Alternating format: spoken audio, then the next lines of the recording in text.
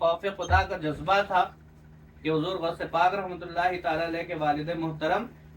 उस दरिया के किनारे किनारे चलने लगे और क्या सोचने लगे कि चलो इसके मालिक को तलाश करके माफी मांग लेते हैं। कुछ देर चले तो आगे एक बाग दिखता है सेब का, जिसके दरख्त जो है वो दरिया की तरफ झुके हुए थे। तो आपने पहचान लिया कि यकीनन यही वो बाग है कि जिससे सेब का फल जो है वो गिर करके दरिया में बहते हुए मेरे पास आया। आपने पूछा कि इसका मालिक कौन है, तो मालिक भी बड़े बाकमाल बुजुर्ग थे, हजरत अब्दुल्ला सौमई रहमतुल्लाहि ताला अलैह, हुजूर गौस पाक के नाना जान, और माशाअल्लाह बहुत अजीम शान वली थे। जब हुजूर गौस पाक रहमतुल्लाहि ताला अलैह के वालिद मोहतरम ने पता किया और अब्दुल्ला सौमई के पास हाजिर हुए, अर्ज किया हुजूर आपके बाग से एक फल जो है वो टूट करके दरिया में बहता हुआ मेरे पास आया, मैंने उसे खा लिया। अब मुझे ये एहसास है कि मैंने आपकी इजाज़त के बगैर ये फल खाया है, लिहाजा मैं आपसे माफ़ी मांगने आया हूँ, आप मुझे माफ़ कर दें, या तो माफ़ कर दें या इसका मुआवजा आप मुझसे ले लें। तो हज़रत अब्दुल्ला सौमई रहमतुल्लाहि ताला अलैह ने जब ये सुना कि एक नौजवान ऐसा है कि जो एक फल खाने पर इतना अपना मुहासबा कर रहा है कि कहीं मुझसे कोई गलती तो नहीं हो गई, तो अब्दुल्ला सौमई पहचान गए कि ये कोई आम नौजवान नहीं है, ये कोई मामूली नौजवान नहीं है, बल्कि ये बड़ा अल्लाह के यहाँ बड़ा मर्तबे वाला, बड़ा खौफ खुदा रखने वाला नौजवान है। अब्दुल्ला सौमई रहमतुल्लाहि ताला अलैह ने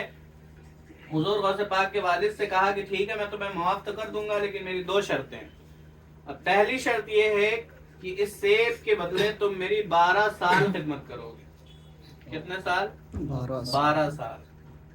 यानी आप ये अंदाजा लगाएं कि एक बंदा जो है, आज हो ये रहा है कि लोग लाखों की जमीनें हड़प जाते हैं, लाखों का माल खा जाते हैं, दूसरों का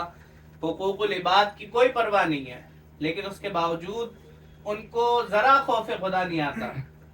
वो कहते हैं चलो कर लिया तो कर लिया। अब एक सेब है वो भी बहता हुआ आया है, ठीक है, शरई तौर पर आपके ऊपर 12 साल खिदमत करना लाजिम नहीं था, लेकिन उसके बावजूद हुजूर गौसे पाक का खौफ खुदा देखें कि आपने उसे कबूल कर लिया और 12 साल अब्दुल्ला सौमई रहमतुल्लाहि ताला अलैह की खिदमत में रहे और खिदमत करते रहे, बाप की रखवाली करते रहे और रात में अल्लाह की इबादत करते, दिन में रोजे रखते, यहाँ तक कि अब्दुल्ला सौमई रहमतुल्लाहि ताला अलैह की बारगाह में 12 साल गुजर गए। तो फिर 12 साल के बाद हुजूर गौसे पाक के वालिद मोहतरम अब्दुल्ला सौमई की बारगाह में हाजिर होते हैं, अर्ज करते हैं कि हुजूर 12 साल मुकम्मल हो चुके हैं, अब आप चाहें तो मैं वापस चला जाऊं। तो अब्दुल्ला सौमई उनसे फरमाते हैं कि ऐ अबू साले मूसा जंगी दोस्त, मैंने तुमसे ना कहा था कि मेरी दो शर्तें हैं, अभी तो एक शर्त मुकम्मल हुई है, अभी एक शर्त बाकी है। तो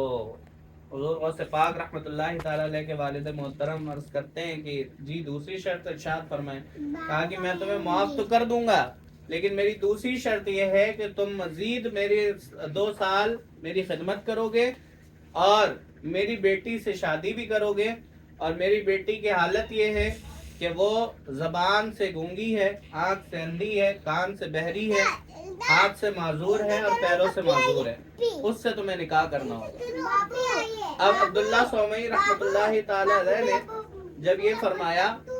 कि मेरी बेटी से निकाह भी करना है और 2 साल मजीद मेरी खिदमत करनी है, तो हुजूर गौसे पाक के वालिद मोहतरम, आप सोचें कि अगर कोई और शख्स होता तो झुंझला जाता और पता नहीं क्या क्या कह देता। एक सेब के लिए तुमने पहले मुझे 12 साल अपनी खिदमत में रखा, 12 साल मैंने तुम्हारी खिदमत की सिर्फ एक सेब के लिए, और अब तुम कह रहे हो कि मुझे अपनी ऐसी बेटी मेरी गले बांध रहे हो कि जो ना आंखों से देख सकती है, ना जुबान से बोल सकती है, ना कानों से सुन सकती है, हाथों से माजूर है, पैरों से माजूर है। लेकिन कुर्बान जाइए गौसे पाक रहमतुल्लाहि ताला अलैह के खौफ खुदा पर, आपने ये शर्त भी कबूल कर ली और कहा कि हुजूर आप मुझे माफ़ फरमा दें, मुझे आपकी ये शर्त भी मंजूर है। चुनांचे उन्होंने उनसे निकाह कर लिया, निकाह हो गया। जब निकाह हो गया तो जब रात में अपनी खातून के पास जाते हैं, हुजूर गौसे पाक के वालिद मोहतरम हुजूर गौसे पाक की वालिदा हज़रत उम्मुल खैर रज़ियल्लाहु ताला अन्हा के पास जाते हैं तो देखते हैं کہ جیسا بتایا گیا تھا بالکل اس کا الٹ ہے معاملہ، تو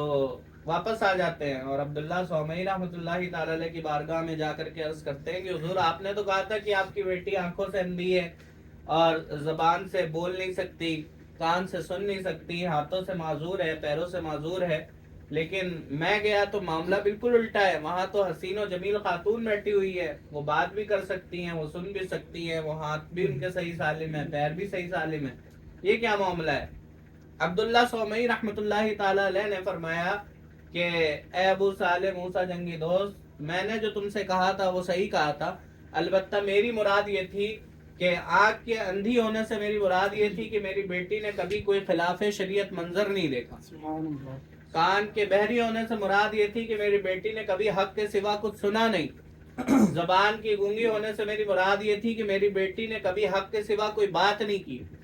ہاتھ پیر کے معذور ہونے سے میری مراد یہ تھی کہ ہاتھوں کے معذور ہونے سے مراد یہ تھی کہ میری بیٹی کے ہاتھ کبھی اللہ کی نافرمانی کی طرف نہیں بڑھے،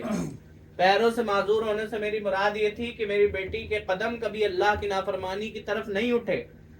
تو عبداللہ سومئی رحمۃ اللہ تعالی علیہ پھر اس بات سے خوش ہو جاتے ہیں۔ تو یہ واقعہ بتانے کا مقصد یہ ہے کہ حضور غوث پاک رحمۃ اللہ تعالی علیہ کے والد محترم کا خوف خدا دیکھیں آپ، کہ